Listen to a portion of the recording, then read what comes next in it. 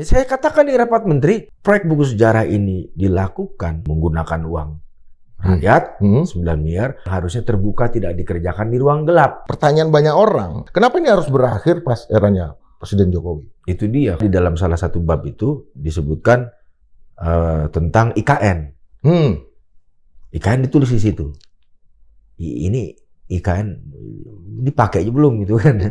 Orangnya masih hidup, masih keliling-keliling. Anaknya masih jadi wapres, ya kan? Masih keliling-keliling. IKN-nya belum dipakai. Lalu kita berikan tinta emas dalam lalu sejarah kita resmi. Masukkan ke dalam sejarah, ke dalam buku sejarah. Ya betul, ini jangan-jangan kerja belum selesai, memoir sudah ditulis dulu. Apa hak, apa mandat pemerintah untuk menulis sejarah resmi dan menafsirkan sejarah secara tunggal dan membuat versi secara tunggal, yaitu versi resmi tadi. Di luar ini yang kita polemikan adalah politik historiografi yang mengajukan satu pertanyaan, untuk apa historiografi dilakukan, ditulis, disusun ulang oleh sekelompok orang di Kementerian Kebudayaan, untuk tujuan apa?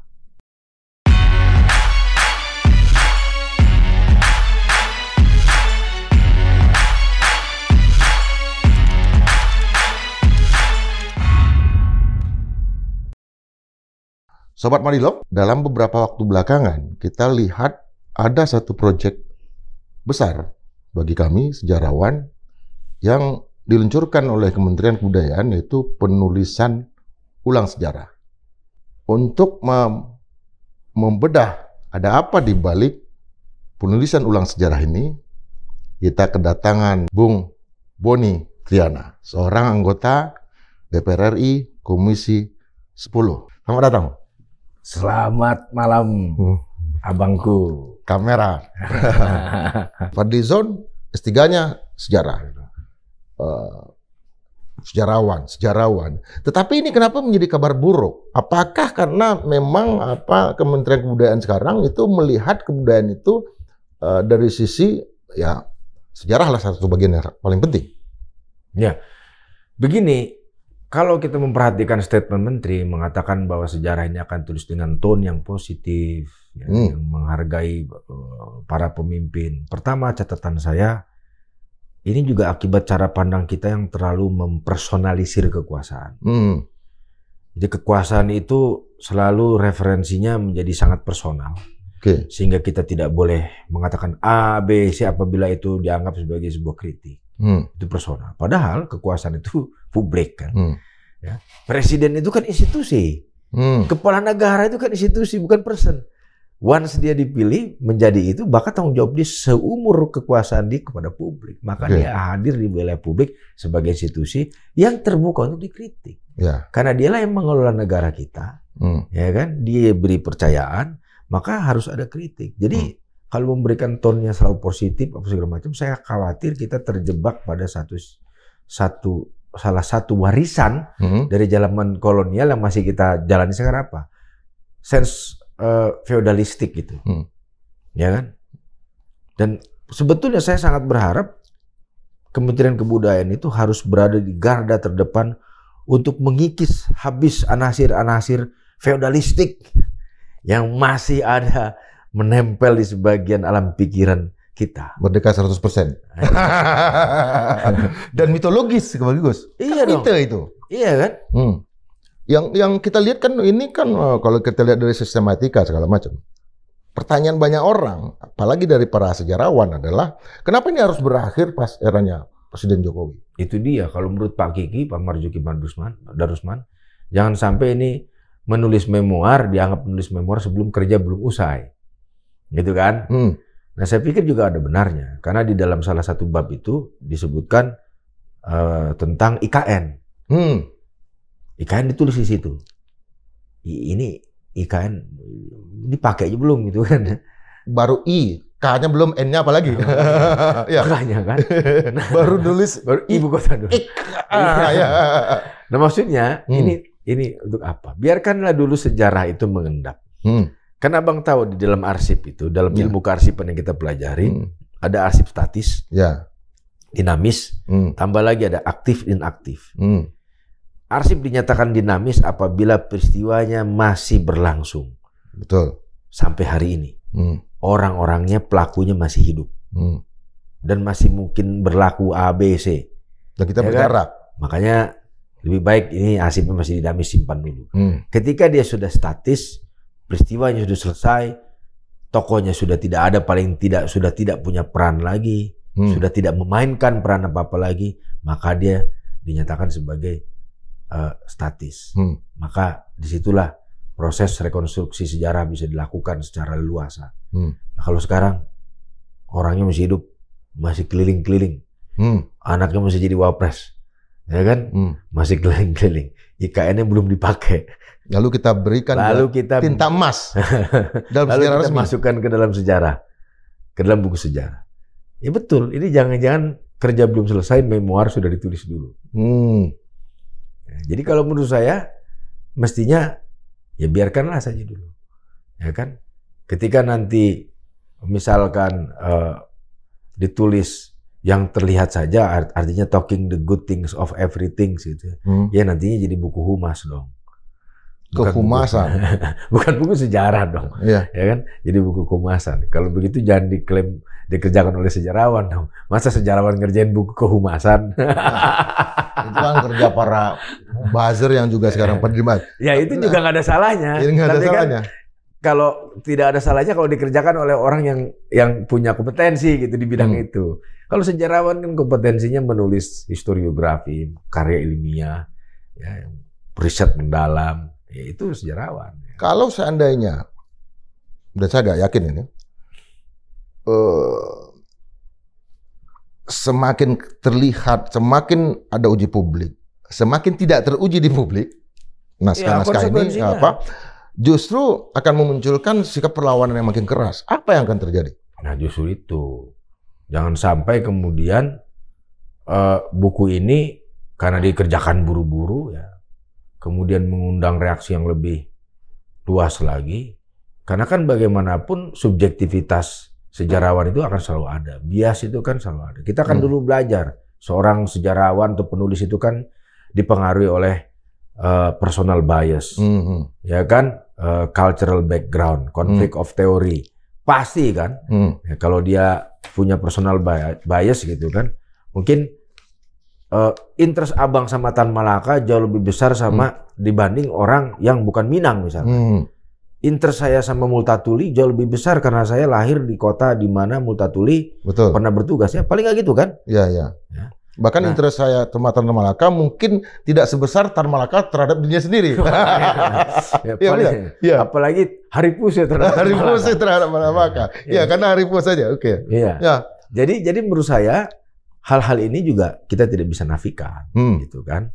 Kita tidak bisa nafikan. Apalagi ini akan diklaim sebagai penulisan ulang, ya kan? Penulisan ulang itu artinya mengulang lagi pekerjaan menulis yang sudah dilakukan oleh para sejarawan sebelumnya.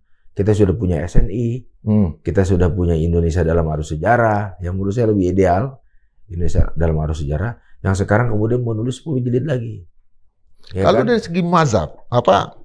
Kan kita selalu ingat bahwa ada total history ya, ada school, ada apa. Dennis Lombard adalah cara berita yang baik ya, karena dia menghindari politik ya. Nah ini justru banyak sekali. Ini sangat kontemporer kalau kita lihat ya. Iya. Sebagian besar nih kontemporer. Jadi gini, yang kita bicarakan per hari ini adalah politik historiografi. Politik historiografi. Bukan hanya historiografi politik. Ya kan? Historiografi politik di situ memasukkan misalkan Gus Dur, SBY atau sampai Pak Jokowi, historiografi politik. Sampai pelantikan Pak Prabowo, historiografi politik. Tapi di luar ini yang kita polemikan adalah politik historiografi yang mengajukan satu pertanyaan, untuk apa historiografi dilakukan, ditulis, disusun ulang oleh sekelompok orang di Kementerian Kebudayaan, untuk tujuan apa? Itu kan pertanyaan politik historiografi kan? Iya, pertanyaan kita itu. Nah, iya makanya, nah disitulah yang harus kita ajukan bersama-sama, ya, kita polemikan bersama-sama sehingga kita bisa mendapatkan satu jawaban yang tidak hanya memuaskan, tapi paling tidak kita bisa melihat sebuah proses penulisan sejarah nasional ini, ya paling tidak layak secara saintifik, secara ilmiah, kemudian juga korek secara politik. Ya. Dan daya dukung publik juga sangat ditentukan. Nah, sebagai sejarah ini kan memori kolektif ya. Ya. Tetapi juga sebagai imajinasi kolektif yang terkait dengan generasi Z, kebutuhan generasi Z, kebutuhan generasi Alpha. Itulah. Yang kita melihat kalau buku sejarah yang babon kayak gini, barangkali itu kebutuhan boomers. Itulah, bahkan kita sendiri sebagai generasi X pasti akan mempertanyakan ini. Itulah. Bagaimana dengan generasi milenial, generasi Z, generasi Alpha? Yang tadi saya sampaikan di awal. Ya. Buku ini ditulis di abad 21. Di mana Gen Z dan Gen Alpha mulai tumbuh. Ya kan? Anak-anak kita kan Gen Z. Iya. Mereka nonton sejarah lewat YouTube. Mereka nonton lewat sejarah lewat YouTube, bahkan lewat di Netflix. Ya, Netflix. Ya kan? Dan perspektif mereka banyak banget. Mereka nggak tahu tanya ChatGPT, mereka nggak tahu tanya ini. Flash Gordon itu siapa? Jangan-jangan mereka menganggap itu pahlawan. Iya. Nah, Avengers bagi mereka tuh real. Iya. Nah, ketika buku ini hadir, ya kan, tanpa mempertimbangkan situasi terkini tentang pemahaman dan bagaimana cara anak muda memahami sejarah, ini ada semacam lag, ada semacam ada semacam gap, ya kan? Dan ini juga harus kita pikirkan. Artinya apa? Kalau secara prosedural buku ini disusun dengan cara yang benar, jangan-jangan 9 miliar itu kurang. Itu. Iya dong. Kurang. Kalau proyek buku kita dulu kan memang miliaran ya. Kalau dulu ya, era buku kalau ya. Memang dilakukan satu buku aja bisa miliaran. Iya. Kalau memang dilakukan dengan cara yang benar, ya kan, dengan cara bukan cara yang benar, cara yang sesuai lah prosedurnya lewat tahapan-tahapan, tidak diubur. Jangan-jangan 9 miliar kurang. Itu betul. Iya dong. Mestinya kan kita lihat dulu bagaimana pertanyaan. Kalau mungkin tadi andai kan saya punya kesempatan untuk bicara gitu kan, pertanyaan, bagaimana memposisikan sejarah di era artificial intelligence? Bahkan sebuah seminar yang harusnya merumuskan bagaimana nasib sejarawan 10 tahun atau 20 tahun atau di masa yang akan datang karena ada artificial intelligence. Bagaimana? Harus pikir bagaimana arsip. Betul. Bagaimana masa depan arsip? Yang dulu kita pergi ke Arsip Nasional buka kertas, buka kertas, pakai mikrofilm. Mikrofilm. Sekarang orang kirim surat pakai WA. Ya. Bagaimana kita akan menggali informasi di masa yang akan datang dengan semua arsip di masa kini yang terdigitalisasi, tidak tahu larinya kemana, di mana kita akan mencari? Pertanyaan-pertanyaan itu mestinya dilontarkan kepada para sejarawan sebelum mereka menulis. Atau dari segi kepentingan publik dalam era demokrasi, bagaimana publik sebagai pangsa pasar dari buku ini itu memikirkan, mengimajinasikan ketika seorang presiden berpidato. Presiden Prabowo Subianto banyak sekali berpidato dan merefer pada sejarah. Tapi kalau pemahaman dari publik itu tidak sampai ke sana, itu kan berjarak. Makanya, jadi menurut saya gini, artinya proyek ini mestinya membantu ke arah sana. Sejarah itu kan harus punya fungsi, ya kan? Ada fungsi rekreasional, artinya dia kenangan. Ada fungsi yang sifatnya lebih ideologis, ya kan? Seperti Indonesia sentris tadi, ya kan? Yang lebih praktis apalagi. Nah, hari ini mestinya historiografi nasional yang dihasilkan itu menjawab apa yang kita butuhkan hari ini untuk ke depan. Ya kan? Tadi saya bilang, kita mengglorifikasi sejarah. Oh, ternyata orang Indonesia sudah eksis sejak 1,5 juta tahun yang lalu. Terus tiba-tiba kita di Jakarta melihat orang naik motor lewat trotoar. Iya. So what? Gitu kan? Iya. Mestinya 1,5 juta, betul. Benar kan? Ya. Tiba-tiba bangunan-bangunan bersejarah hancur. Nenek moyang kita abad 7 8 Wangsa Sailendra bukan Nabi Sulaiman ya. Membangun Borobudur. Iya. Kan?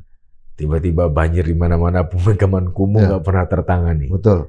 Apa ini? Padahal ketika Borobudur dibangun itu teknologinya. Ya makanya artinya kita membutuhkan satu karya historiografi yang memberikan perspektif kepada kita di hari ini, mengapa kita mengalami mengalami berbagai banyak situasi dan kondisi hari ini yang tidak ideal. Gitu dong. Dan itu refleksi atas 80 tahun kita hidup sebagai bangsa. Mestinya. Jadi kalau tonnya terlalu positif juga nggak ada gunanya. Ini bukan hagiografi. Hagiografi. Ya, hagiografi itu kan ya cuman bagus-bagusin aja. Atau sesuatu yang sangat anakronistik. Iya, menurut saya kepentingan hari ini masuk ke dalam sejarah yang ditulis. Betul. Kalau menurut saya kepentingan kita hari ini, katakanlah katanya reinventing Indonesia, menemukan kembali identitas keindonesiaan kita. Kita tuh udah nemuin identitas kita orang Indonesia. Benar loh. Iya. Ya kan? Kalau kita bicara dengan anak-anak muda sekarang, justru kita kadang tercengang kan, mereka lebih Indonesia sentris daripada kita. Saya tuh orang yang kita sangat global. Saya orang yang sangat optimis tuh sama anak muda. Saya tidak mau meng-underestimate mereka. Ya. Cara-cara meng-underestimate itu kan problem generasional. Ingat nggak? Zaman dulu angkatan 45, waduh ini katanya angkatan sekarang. Loh. Bagaimana? Kalau orang-orang para aktivis kami segala macam bicara dengan kita, kawin segala macam, nunjuk-nunjuk kita kan ya. Ini kita kan melawan baru dia ingat. Ini kan feodal. Iya, feodal. Justru kultur itu. Kita harus menciptakan kultur yang egaliter. Ya kan? Jangan yang feodal yang kemudian ini generasi nggak bisa diharapkan. Tantangan mereka. Kita juga dulu digituin sama bapak-bapak kita kan? Ya. Sama senior-senior kita. Generasi kau itu nggak bisa apa-apa. Kita hidup juga sekarang kan.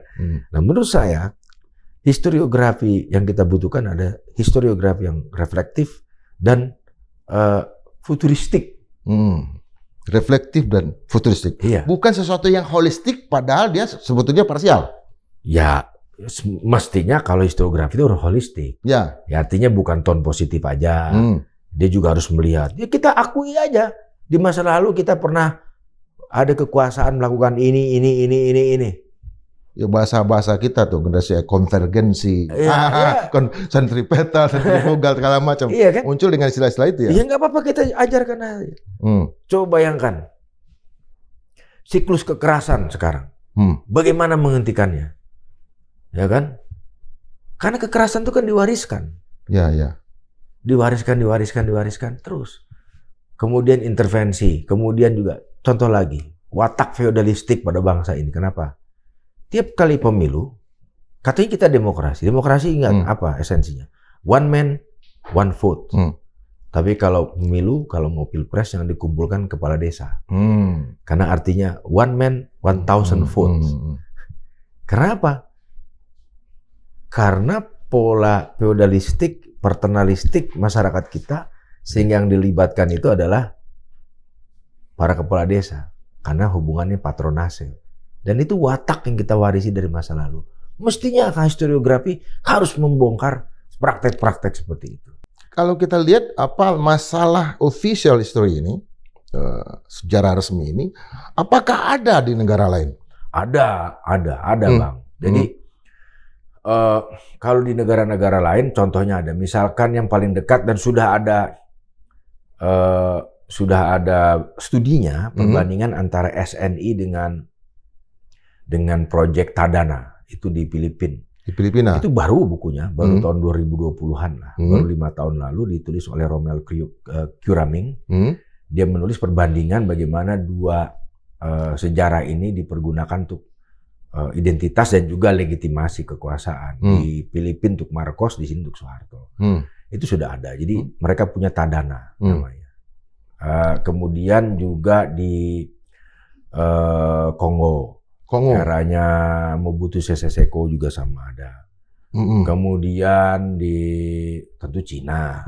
Kebanyakan di negara-negara yang totaliter ataupun negara-negara yang itu dia otoriter.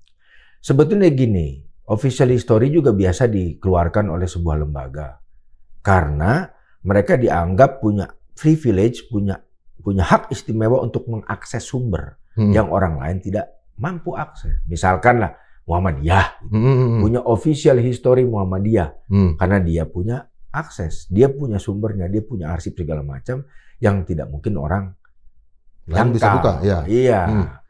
Nah, tapi ketika masuk ke ranah negara, pemerintah dalam hal ini, kita di era yang demokratis. Dan kita bersama-sama memegang teguh janji Indonesia akan menjadi negara demokrasi. Ketika ada satu proyek sejarah resmi yang untungnya kemudian ya dikoreksi lah setelah rapat DPR bersepakat bahwa ini bukan sejarah resmi, artinya ini bukan rujukan. Udah ada ya bahwa pernyataan bahwa ini bukan sejarah resmi? Sudah. Jadi ketika rapat dengan rapat kerja dengan Menteri Komisi 10 pada tanggal 26 Mei yang lalu menyatakan bahwa keputusannya adalah satu, bahwa proyek ini bukan sejarah resmi ataupun sejarah resmi baru. Karena salah satu editornya, jadi editor kepalanya lah kan ada 3 orang. Itu menulis di harian Kompas bahwa ini sejarah resmi baru. Oke. Tapi ada juga editornya yang mundurkan diri, Hari Truman Simanjuntak. Ya, itu ya. Yang berikutnya keputusan yang kami rumuskan dengan rapat kerja Menteri itu tidak dikerjakan secara terburu-buru. Tidak terburu-buru. Ya, tapi ajaib ini, anggarannya udah keluar, penulisannya udah mulai, tapi kemudian keputusannya baru diambil bahwa ini bukan sejarah resmi. Ya itulah karena mungkin jadi perbincangan atau jadi polemik di publik. Tapi ya mestinya memang harus didengarkan. Tapi kan kelompok aksi ini kan menolak. Artinya mereka secara prinsipil. Jadi kalau kita lihat Bang, ada 3 hal di sini. Secara prinsipil, secara prosedural, dan secara substansial. Secara prinsipil, kalau menggunakan sejarah resmi itu ya akan ada sejarah tidak resmi dan segala macam. Dan pertanyaan dari teman-teman itu, apa mandat atau ya haknya lah ya, pemerintah untuk menulis sejarah resmi dan menafsirkan sejarah secara tunggal dan membuat versi secara tunggal, yaitu versi resmi tadi. Apa haknya? Sehingga yang resmi ini tidak bisa diterima, tidak layak dikerjakan, terutama sekali karena pemerintah memang tidak ada mandat. Ya kan? Yang prosedural. Tapi kalau memang kita sudah tidak sepakat di level prinsipil, mestinya ini nggak dilanjutin nih ngomong ini. Tapi kalau saya melihat, kita lanjutkan. Sekarang soal prosedurnya. Kalau memang proyek buku sejarah ini dilakukan dengan memberikan tempat bagi sejarawan dalam proses yang transparan, terbuka, ya, baik karena ini menggunakan uang rakyat 9 miliar, ataupun ini adalah kegiatan akademis yang harusnya terbuka, tidak dikerjakan di ruang gelap, ya kan? Maka dia juga harus mengundang banyak orang. Misalkan ada call of paper, undangan menulis. Kan seperti itu? Iya mestinya kan. Call of paper, karena penulisan sejarah sebelumnya yang Pak Taufik Idas, yang Abang terlibat juga. Saya juga terlibat sebagai penulis, itu kan call of paper. Ya iya. Dan kan kita bawa ke dalam beberapa simposium dulu. Kita muter-muter dulu kan? Makanya di situ terjadi perdebatan, terjadilah diskusi, terjadilah tarik ulur segala macam, kemudian jadilah nanti. Ya kan? Mungkin karena ngejar target Agustus harus selesai. Itu dia. Dan yang ketiga tadi, substansi. Nah, substansinya itu kan sudah ada dulu. Kemudian baru dikerjakan. Bayangkan di seminar sejarah nasional pertama 57, orang nggak ngomong pembabakan dulu. Nggak ada tuh kayak misalkan langsung outline. Kerjakan ini, enggak. Bicara dulu. Kalau ibarat di sidang DPR, kita mau ngomongin undang-undang, tatibnya sudah dilanggar dulu, gimana kita dalam metodologi penelitian sejarah kan itu dulu. Karena kita bukan nggak langsung menulis, tapi kan kita lihat-lihat dulu. Betul. Nah, makanya ini. Jadi 3 hal tadi. Kritik sumber ya. Iya, mestinya kan ada misalkan sejarawan sudah melakukan penelitian di bawah. Kalau yang sekarang kan rasa-rasanya ya, outline-nya dibuat, kemudian ditugaskan, gitu ya. Ya tentu saja mereka mungkin punya diskusi, punya rapat, gitu kan.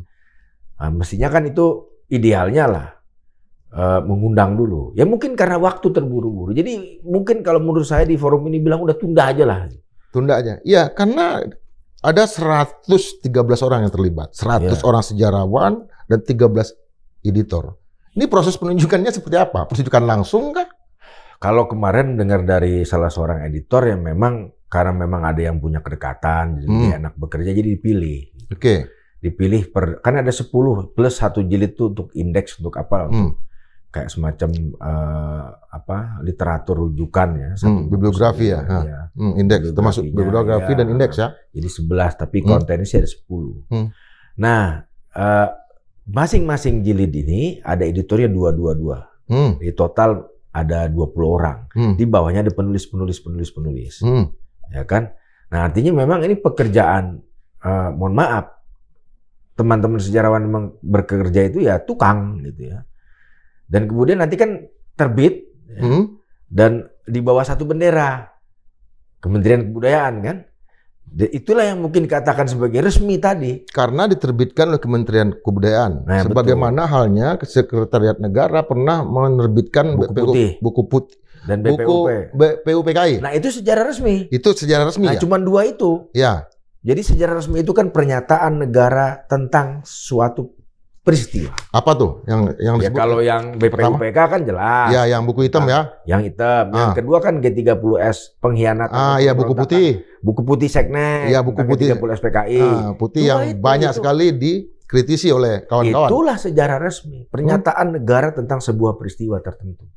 Nah, sekarang kalau misalkan proyek sejarah nasional ya untungnya sudah dikoreksi, dinyatakan sebagai sejarah resmi. Berarti negara menyatakan suatu peristiwa dari zaman Ken Arok, dari zaman sejarah yang lama itu. Apa perlunya?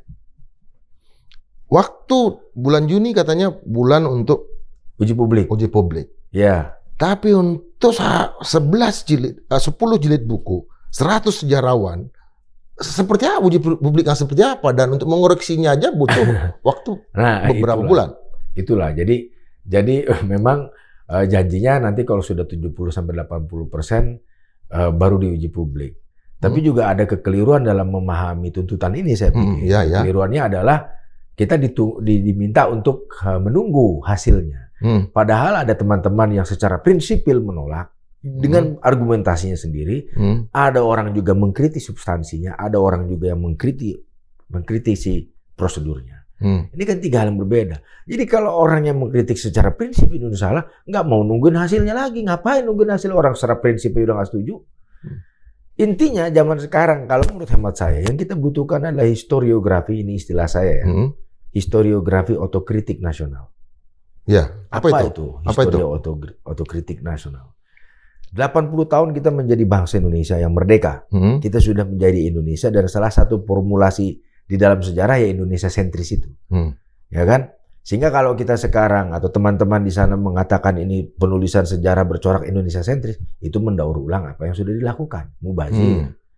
Yang kita butuhkan sekarang adalah melihat masa lalu kita sebagai bangsa Indonesia, terutama sekali setelah kita merdeka selama 80 tahun, dinamika apa yang terjadi. Ya kan? Misalkan Pak Jokowi 2 tahun lalu menetapkan ada 12 kasus pelanggaran HAM. 12 kasus plus 1 kuda tuli lah. 13. Ada apa itu? Berapa banyak korbannya? Ya kan? Saya khawatir kalau misalkan sejarah ini ditulis dalam tone yang positif dan dominan, kita akan terjatuh pada pengglorifikasian masa lalu. Nah, Bang tahu bagaimana glorifikasi masa lalu itu dilakukan, akan juga menyeret kita kepada pemahaman yang chauvinistik tentang sejarah. Dan bahayanya banyak. Bahaya banyak. Tapi di hari ini, ketika anak muda bikin lagu pakai artificial intelligence, ketika anak muda bikin naskah atau makalah tugasnya pakai ChatGPT, dan dinilai itu bagaimana how would you reconcile? Bagaimana kamu mau menautkan pekerjaan ini dengan kenyataan hari ini? Dan anak muda bisa bertanya-tanya, oke, kita punya keagungan masa lalu, tapi hari ini honor gaji guru itu, honor guru 250.000 per bulan, dibayar 3 bulan sekali. Ya, saya ingat dulu ada senior kita juga.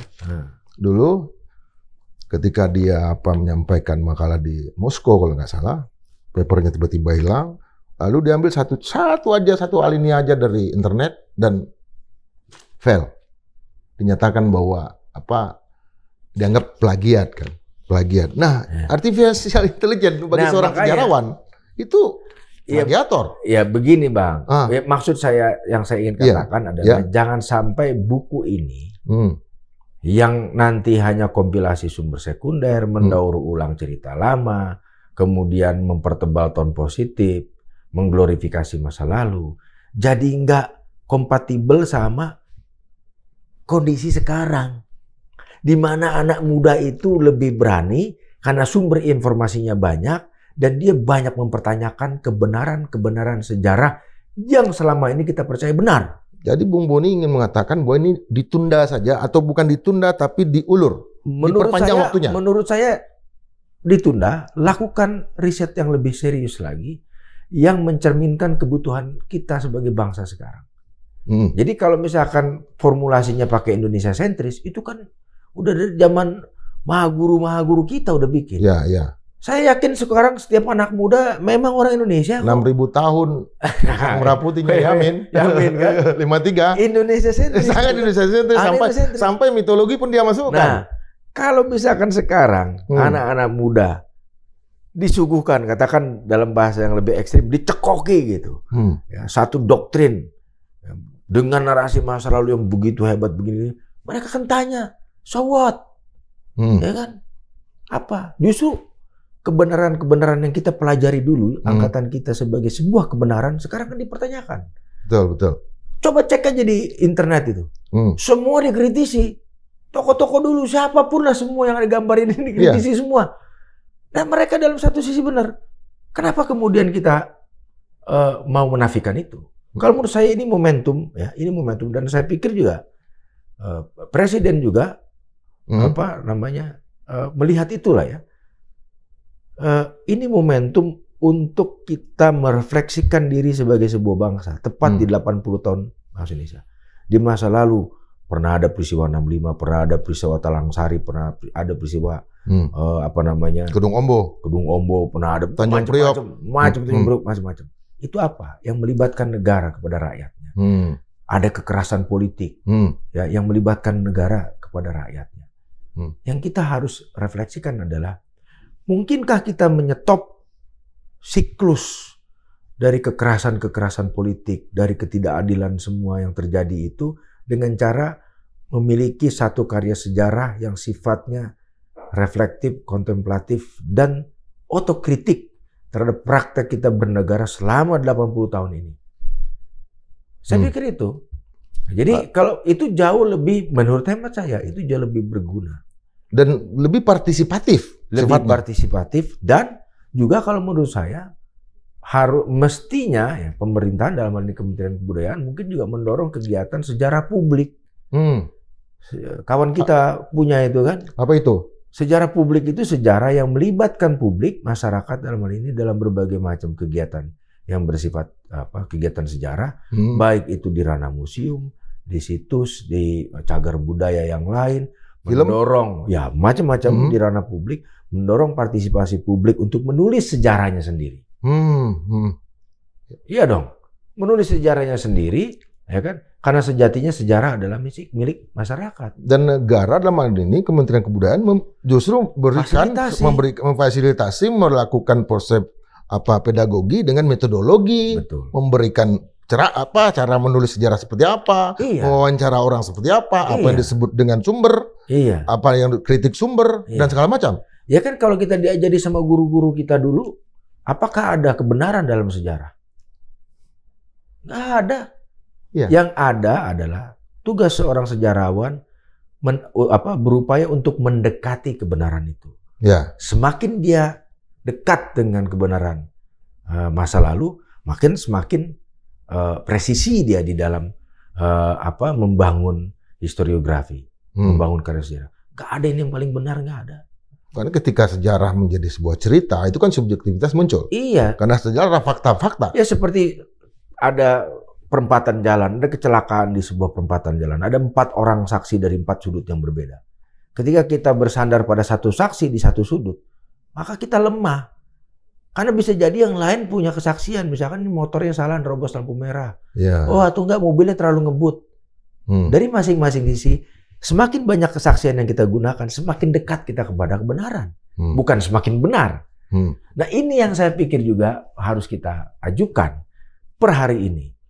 Bahwa semestinya sejarah mengajarkan kepada kita tentang cara berpikir kritis dan rasional. Memang banyak teman-teman guru yang bertanya, kalau begitu nanti kalau nggak ada rujukan sejarah ini gimana kita ditanya sama siswa? Mana yang paling benar? Satu lagi, kita terbiasa menerima suatu hal yang resmi dan benar itu.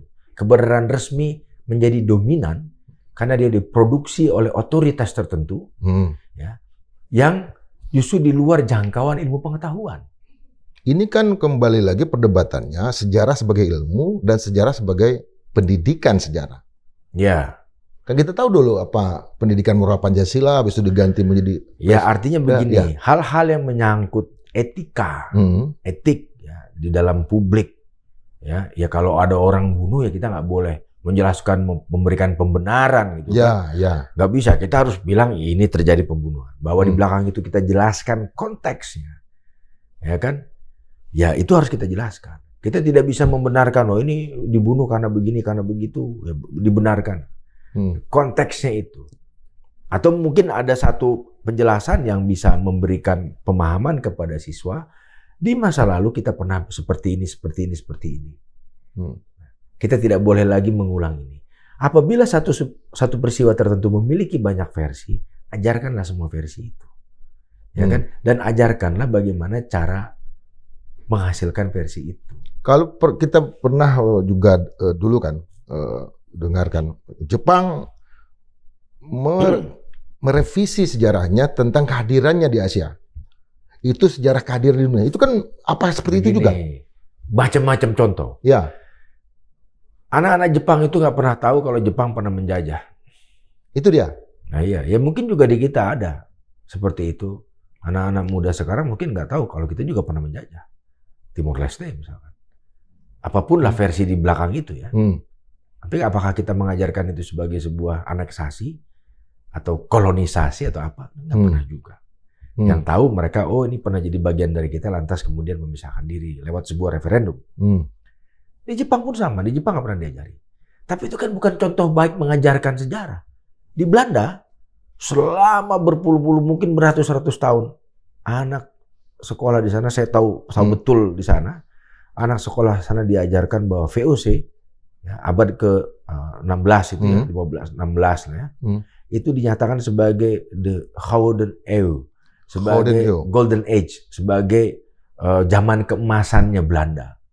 Lewat sebuah perusahaan multinasional pertama di dunia yang bernama VOC.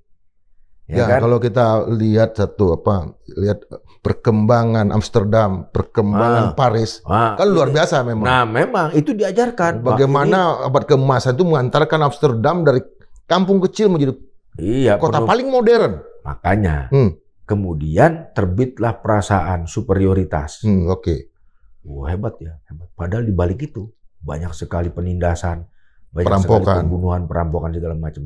Baru tahun 2022-2023, pemerintah Belanda mendirikan sebuah komisi untuk semacam perbaikan pemahaman sejarah di Hindia Belanda atau di negara-negara koloni lah. Komisi ini dipimpin oleh mantan Menteri Pendidikan Belanda, Jet Bussemaker. Jet Bussemaker. Jet Bussemaker ini memimpin komisi tersebut dan mendengarkan begitu banyak warga-warga imigran dari negara-negara koloni tentang perspektif mereka sebagai orang yang negerinya pernah dijajah. Yang kemudian menghasilkan rumusan, oh kita nggak boleh lagi ngajarin anak muda Belanda ini bahwa masa VOC itu masa keemasan, karena itu tidak benar. Ya kan? Bahkan di Rijksmuseum tempat saya kerja, di sebelahnya ada sekolah gambar, Taken School. Itu disebutkan di situ ada plakat, ini zaman keemasan, the Gouden Eeuw. Ya, abad 16 itu. Masih mereka gitu kan. Nah, ini yang dikritik. Nggak boleh lagi. Karena masa keemasan bagi Belanda adalah masa penderitaan bagi koloni. Nah, kita secara etik nggak boleh lagi. Terang di sana, gelap di sini. Nah, kemudian juga kita nggak boleh lagi sebut ini Hindia Belanda. Kita harus bilang ini Indonesia. Diperbaiki pelajaran sejarahnya. Itu terjadi di Belanda. Dan berdampak pada naturalisasi pemahaman. Artinya mereka mungkin juga belajar sejarah dan itu negara asal saya. Iya, artinya, bukan tempat. Artinya, Bang, ketika kita belajar sejarah dengan cara yang terbuka, kemudian fair, kita hadapi pahitnya gitu kan, berdamai dengan masa lalu dengan cara melihat sisi terang dan gelapnya itu kan nanti akan timbul kedewasaan diri kita. Jadi ya kita kembali lagi ini bicara dengan Boni Triana ini sebagai sesama sejarawan. Beliau ini kembali lagi ke buku ini. Jadi di sini ada glorifikasi. Ada juga soal bid'ah sejarah. Apa ini? Sesat sejarah, radikal. Oh, artinya kepentingan masyarakat sejarawan Indonesia kah? Karena itu kan pernyataan dari salah seorang pejabat dari kementerian yang kebetulan dia ketua masyarakat sejarawan Indonesia, seorang profesor. Ya. Ketua kita. Saya bukan anggota MSI. Dari dulu saya katakan bahwa harus ada kartu anggota. Ya, kita nggak tahu siapa. Kita itu anggota IKHIMSI. IKHIMSI, Ikatan Himpunan Mahasiswa Sejarah Indonesia. Oke. Nah, dia mengatakan itu dalam sebuah pertemuan di PBNU. Yang itu yang saya pertanyakan dalam raker dengan menteri. Saya bilang, apa maksudnya ini? Menuduh, melabel ya, secara stigmatif kepada orang-orang yang menolak Anda, yang anti itu sebagai sesat radikal. Lebih kemudian diambil alih oleh Bang Menteri, ya minta maaf lah. Oke, nggak apa-apa. Tapi yang saya soroti adalah karya sejarah macam apa yang mau dihasilkan apabila salah seorang punggawanya di dalam proyek itu dengan mudah melabel orang yang berbeda seperti demikian. Ini kan juga salah satu problem memori kolektif kita. Stigma itu. Ya kan? Saya katakan di rapat menteri, jenggot sedikit, profiling kan? Teroris. Cingkrang sedikit, celananya Taliban. Ya kan? Demo kritik-kritik kiri, komunis, PKI. Gitu. Jadi stigma-stigma ini kan masih ada di kita. Saya mau lihat nih. Ini foto ini siapa ini? Yang 4 orang. Foto itu diambil di Amerika Serikat pada saat sidang Dewan Keamanan PBB sekitar tahun 47. Pakai peci itu Agus Salim. Belakang itu Pak Sumitro, ayahnya presiden. Depan itu Bung Kecil, itu Syahrir. Dan belakangnya itu Charles Tambu. Nah, Charles Tambu ini siapa? Charles Tambu ini wartawan, dia wartawan radio, pernah tinggal di Batavia. Dia orang Sri Lanka dia. Tapi dia hidup di Singapura, di Malaya dulu ya. Dia kemudian membantu tim diplomasi kita. Jadi tim yang berdiplomasi pada saat sidang Dewan Keamanan PBB karena kita harus menghadapi seorang tokoh diplomat senior Belanda yang bernama Eelco Clevens. Eelco Clevens ini kemudian menjadi Menteri Luar Negeri. Dia utusan Belanda di sidang tersebut yang mengejek delegasi kita, mereka ini sebagai orang-orang yang tidak pantas, tidak layak untuk ikut sidang Dewan Keamanan itu. Yang kemudian dihantam balik oleh Syahrir ya, dengan pidatonya yang hebat. Ya. Dan di situ pidatonya dia mengutip sejarah juga. Bung Syahrir mengatakan bahwa bangsa kami itu sudah eksis sejak dulu. Dia tunjukkan ada Majapahit, Sriwijaya, dia ditunjukkan semua di dalam rapat itu. Jadi untuk melawan tim diplomatnya, negosiator atau diplomatnya Belanda yang keras kepala seperti Eelco Clevens yang ingin mengambil alih Indonesia, maka mereka bekerja dalam satu timnya. Charles Tambu itu bahasa Inggrisnya bagus. Bagus sekali bahasa Inggrisnya. Mereka bagus semua bahasa Inggrisnya. Charles Tambu kemudian banyak membantu kepada media. Kepada media? Iya, dia bicara media. Agus Salim kan 7 bahasa ya? Betul. Tapi yang menghadapi media itu Charles Tambu. Jadi yang memberikan penjelasan kepada media asing Charles Tambu. Nah, itu yang orang yang mungkin di dalam sejarah kita nggak pernah diceritakan siapa nih Charles Tambu ini. Nah itu dia. Kalau kita lihat juga dalam Kongres Pemuda pertama ya, tahun 1926, itu kan pikiran peserta Kongres itu banyak dibantu oleh Mr. Muhammad Yamin. Coba, benar kan? Artinya dia seorang yang filologis segala macam untuk keindonesiaan. Iya betul. Jadi Yamin ini yang memainkan peran sentral juga di dalam Kongres Pemuda waktu itu.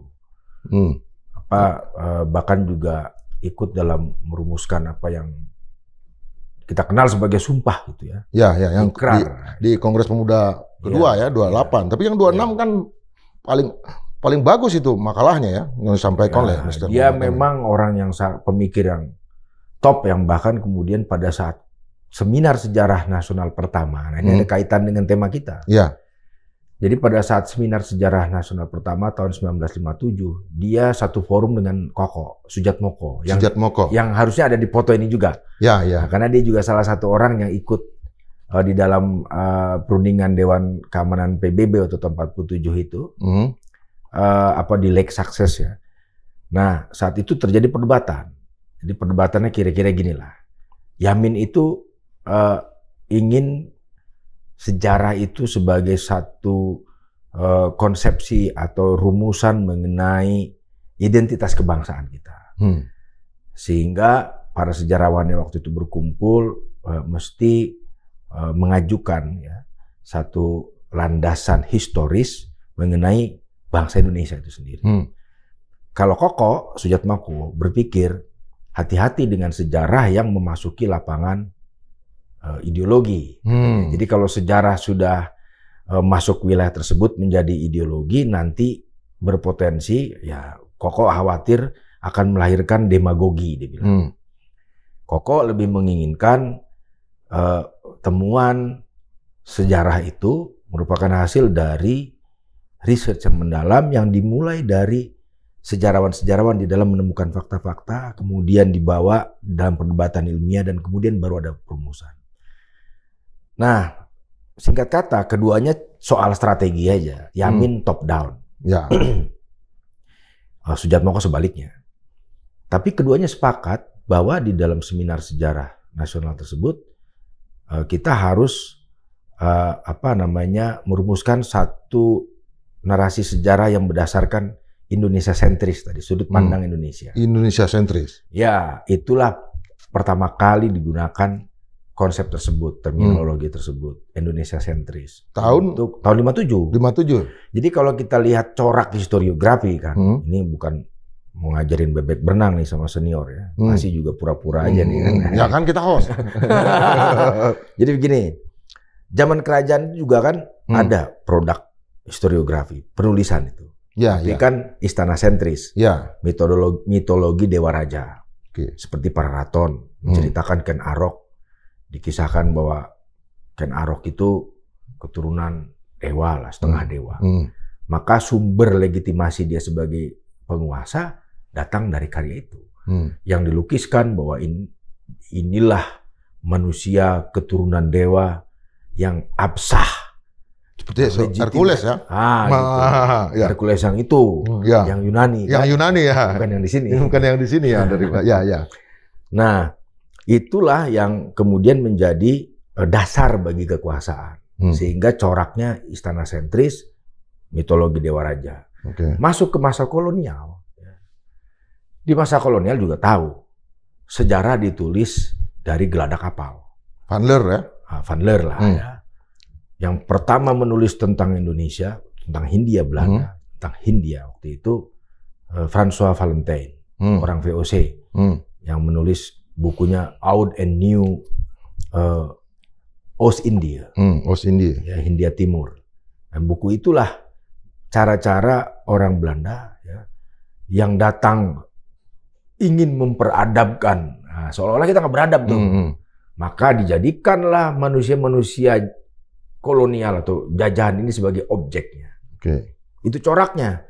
Jadi manusia jajahan, masyarakat jajahan itu adalah non-faktor di dalam sejarah. Bukan faktor. Penentunya orang-orang Eropa ini. Karena dialah yang ada di level penentu sejarah. Pangeran Diponegoro ya bandit. Imam Bonjol ya bandit. Semua yang kita anggap pahlawan kemudian hari adalah bandit pada masa itu. Ya kan? Nah, ketika kita menjadi Indonesia merdeka, ada kebutuhan untuk merumuskan siapa diri kita dari perspektif historis. Bagaimana perjalanan? Karena ingat, ya kan?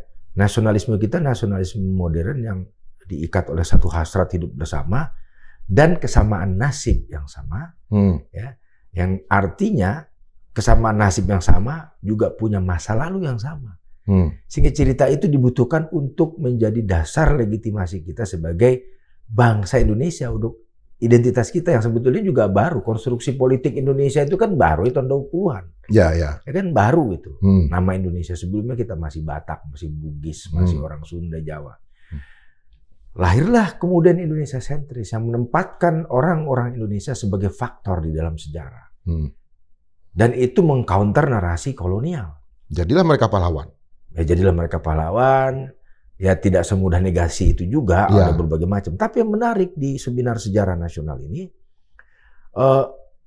merumuskan persoalan yang mau ditulis itu betul-betul terbuka. Mereka melibatkan cendekiawan, pemikir intelektual, bahkan berbagai macam latar belakang. Ya, Sujatmoko kita tahu dia seorang intelektual, dia sejarawan, dia sosiolog, dia macam-macam. Hampir dalam setiap kongres seminar sejarah itu kan Sujatmoko juga hadir sampai tahun terakhir. Iya sampai tahun terakhir dia ikut karena dia pertama ikut. Bahkan dia mengedit bukunya kan, kumpulan pemikiran itu ada Muhammad Ali, ada banyak lah Pak Sartono. Yang termasuk buku historiografi yang babon kita itu ya. Betul. Nah, pada saat itu kan dirumuskan apa filsafat sejarah nasional, bagaimana pembabakannya. Bagaimana sumber-sumbernya, itu dibahas semua. Sehingga menjadi dasar para sejarawan untuk mencari tahu. Ada ikatannya waktu itu. Ada satu formulasi atau rumusan konsep yang mengikat mereka dalam melakukan kerja-kerja penelitiannya. Setelah seminar itu memang tidak langsung jadi buku. Lama setelah itu. Baru tahun 70-an atau 75 lah ya. Baru hadir Sejarah Nasional Indonesia. 6 jilid. Kemudian kalau nggak salah ada jilid 7 tuh, mengenai Orde Baru, yang kemudian menjadi kontroversi karena juga dianggap sebagai landasan legitimasi historisnya rejim Soeharto. Jadi kalau kita lihat secara umum, kita pernah punya masa di mana kerajaan ada karya sejarah yang sifatnya istana sentris, metodologi Dewa Raja, masuk ke zaman kolonial, ada F. Staffel, ada apa lagi, François Valentine, ada banyak lagi kemudian masuk ke Tom Pires ya. Itu jauh lagi tuh. Itu jauh lagi ya. 5 abad yang lalu ya. Kemudian masuk lagi nasional kan, 57, kemudian masuk di era Orde Baru. Orde Baru juga menarik. Orde Baru juga membutuhkan sejarah sebagai narasi legitimasi kekuasaan. Karena kita tahu Presiden Soeharto waktu itu tidak dihasilkan, tidak terpilih melalui proses yang demokratis. Presiden Soeharto adalah pemimpin yang lahir karena krisis politik tahun 65. Karena patahan sejarah ya? Iya, dia lahir tercipta karena suatu krisis politik nasional yang memunculkan dia sebagai person, sebagai individu, dan kemudian dia mendapatkan mandat dari peristiwa itu, maka seumur kekuasaan dia akan selalu membutuhkan narasi historis atas peristiwa tersebut yang memberikan legitimasi historis sebagai mandat dia di dalam politik.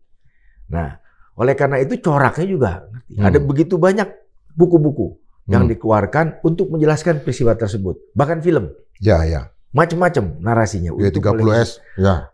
Untuk menarasikan itu. Nah, kita juga pernah punya pengalaman ini selama 30 tahun. 6 jam di Jogja, macam-macam, ya. Dan di dalam 80 tahun kita bernegara, merdeka, berbangsa, menjadi bangsa Indonesia. Kita punya begitu banyak pengalaman-pengalaman sebagai sebuah bangsa, ya, sebagai orang Indonesia, dan oleh karena itu hari ini ketika ada penulisan sejarah, proyek penulisan sejarah, maka mestinya idealnya penulisan sejarahnya itu sangat reflektif, menunjukkan bagaimana pengalaman kita 80 tahun terakhir sebagai sebuah bangsa. Dengan dinamika politik, dengan dinamika macam-macam yang mungkin pahit, yang mungkin manis, yang mungkin terang, gelap, hitam putih. Ya. Oke, tapi kalau kita lihat apa sebetulnya motif di balik penulisan ulang sejarah ini? Begini, saya ini mau cerita dari sisi saya sebagai anggota DPR. Ya. Jadi waktu itu memang ada pengajuan untuk anggaran penulisan buku. Memang tidak disebutkan buku apa. Sampai kemudian di media tersebutlah menteri, kemudian beberapa orang mengatakan mau ada penulisan sejarah resmi nasional. Dalam rapat kerja menteri waktu itu beberapa bulan lalu saya lupa, saya sempat sampaikan kepada menteri, Pak Fadli, saya panggil dia Bang Menteri, Bang Menteri, saya minta kalau bisa proyek ini diuji publik, paling tidak prosesnya itu terbuka, ya kan? Sehingga berbagai macam latar belakang sejarawan bisa menyampaikan pikirannya. Nah, saya minta begitu. Yang kedua, itu sebelum kehebohan yang sekarang. Sebelum, jauh ya. Karena ini kan proyek ini udah dimulai sejak Januarian lah. Saya sudah bilang pada saat itu di DPR. Yang kedua saya bilang mengenai hati-hati tentang narasi misalkan kita tidak dijajah 350 tahun. Oke. Ini kan juga mau diadopsi sama mereka. Oke, nggak masalah. Tapi bagi saya adalah penting sebuah karya sejarah, apalagi mengklaim dirinya sebagai sejarah resmi, sejarah nasional, apapun itu, ya, yang diproduksi oleh pemerintah, tidak menjadi kompilasi sumber sekunder. Kompilasi sumber sekunder. Karena apa? Loh, argumentasi kita tidak dijajah 350 tahun itu kan dikemukakan oleh Resing, G.Y. Resing, melalui bukunya. Ya. Kan? Nah, ini kan sudah lama. Ada 150 negara merdeka. Iya. Bahkan ini kan, setelah 45. Iya, ini kan bukan rahasia lagi, ini pengetahuan umum. Sudah kemana-mana. Ya kan? Buat apa dimasukkan kemudian diklaim sebagai sebuah hal yang baru? Dan kemudian juga, kalau misalkan mau mengatakan kita tidak dijajah dan kenapa kita ada narasi 350 tahun dijajah, harus tahu juga sejarahnya. Sehingga istilah atau versi bahwa 350 tahun Belanda menjajah Indonesia itu pun ada konteks historisnya. Pertama, salah seorang gubernur Belanda, kalau nggak salah De Graaf atau siapa, itu pernah mengatakan orang Belanda sudah ada di sini selama 300 tahun, dia bilang. Kan? Dan akan ada di sini 300 tahun lagi. 300 tahun lagi. Nah, ucapan itu kemudian disambar oleh Bung Karno sebagai seorang orator, ya kan? Nah, sudah 350 tahun. Ya, ini juga padahal ada sejarahnya. 350 tahun itu cuma ada di Bandar Jakarta aja ya. Artinya ini pun ada sejarahnya. Kita tidak bisa kemudian menghilangkan yang berikutnya. Kolonialisme itu nggak bisa di breakdown kecil-kecil. Ini kan hubungan ekonomi politik. Dan tidak bisa dikatakan bahwa kolonialisme itu negatif. Saya nggak mau ngomong begitu. Ya, karena masalah negatif positif ini juga muncul. Nah, begini. Kita tidak bisa bilang juga bahwa ini di breakdown, dibagi-bagi gitu, ini enggak seperti itu. Dalam konteks yang lebih struktural, melibatkan ya kita cara pandangnya secara keseluruhan ya, kita nggak bisa kemudian membagi-bagi itu. Contoh lagi nih, Buton tidak pernah dijajah Belanda. Bahkan Buton berterima kasih sama Belanda karena dia dijadikan buffer, dilindungi sehingga tidak mendapatkan serangan dari Makassar ataupun dari Ternate kalau nggak salah, ya kan? Sehingga dia tidak terjadi perang. Dia berterima kasih. Apa kita mau bilang Buton itu pengkhianat? Betul. Dan sangat dalam tanda kutip Belanda sentris, sekalipun Islam, ya, makanya, sangat Islam. Inilah hati-hatinya, maksudnya. Sultan Buton menulis bukunya sendiri ya. Sehingga kalau kita masuk kita kan meluncurkan waktu itu kan? Ya, betul. Dan itu kan benteng yang ada di di Buton itu kan yang terbesar di dunia ya. Iya. Nah, jadi menurut saya kalau kita masuk ke wilayah sana, biarkanlah ini ranahnya sejarawan akademik. Ya kan? Kalau kemudian dibawa ke yang resmi tadi repot. Ya, kira-kira gitulah dalam rapat itu. Sampai kemudian datanglah kelompok aliansi keterbukaan ini. Yang dipimpin oleh Marzuki Darusman, seorang politikus Golkar senior, Jaksa Agung daerah Gus Dur, Ketua Komnas HAM, dan terakhir spesial rapporteur untuk isu human right di PBB. Argumentasinya jernih, dia menolak sejarah resmi. Yang kemudian gayung bersambut saya juga mengatakan ya kalau memang pakai sejarah resmi, nanti ada yang tidak resmi, ada yang ilegal, ada yang subversi. Kita akan kembali lagi ke masa zaman Orde Baru. Di mana kebenaran itu sifatnya resmi menurut negara, inilah yang paling benar, satu, khususnya mengenai periode-periode tertentu dalam sejarah. Oke, kita berhenti dulu di sana, karena sudah 1 jam lebih. Baik, Pak. Kalau bicara, Sobat Madilog, bicara dengan Boni Triana, tentu butuh lebih dari 1 jam. Apalagi tentang sejarah, dia akan sangat bersemangat. Karena memang pelakunya mantan dulu karena saya sekjen EKMC yang pertama ya, Ikatan Himpunan Mahasiswa Sejarah Indonesia, dan beliau yang melanjutkan. Kemudian kita adalah generasi yang memang melihat sejarah itu sebagai sesuatu yang pakaian kita, pikiran kita. Jadi ketika ada narasi dan apalagi proyek untuk menulis ulang sejarah, tentu akan kita pertanyakan. Kami tentu juga akan mengundang pihak-pihak yang lain hadir ke Madilog, lagi-lagi untuk menghantam itu tadi, mitologisasi, feudalisme, dan apalagi sikap-sikap yang berbau imperialistik. Tetap berpikir merdeka 100%. Merdeka. Merdeka.